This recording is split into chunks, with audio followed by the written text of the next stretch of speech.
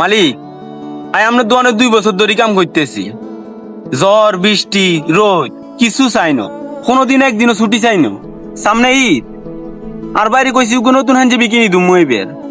হে তোল্লাই অগ্রিম কিছু টিয়া চাইছি, নলে কেন তাই কোনোদিন টিয়া চাইছি? করিম, তুই ব্যবসা বুঝছ না বলেই কথা বলছস। সবসময় হাতে টাকা থাকে না, এটা তো তোকে বুঝতে হবে আগে। আপনার কাছে টিয়া থাকে না? নতুন নতুন মোবাইল কিনবে সময় তো টাকা থাকে।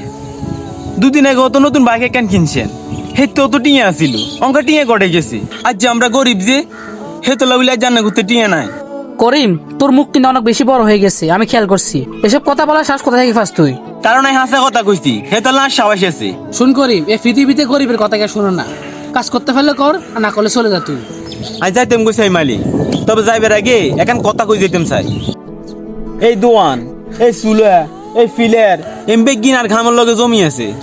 আজ যেতে ঘুম যাই, হে তো মনে মনে দোকান হরা দি। আর না হয়তো আরে কর্মচারী মনে করেন, কিন্তু এই কাজে কি আর জীবন। তাহলে জীবন নিয়ে তো অভিযোগ কেন তোর?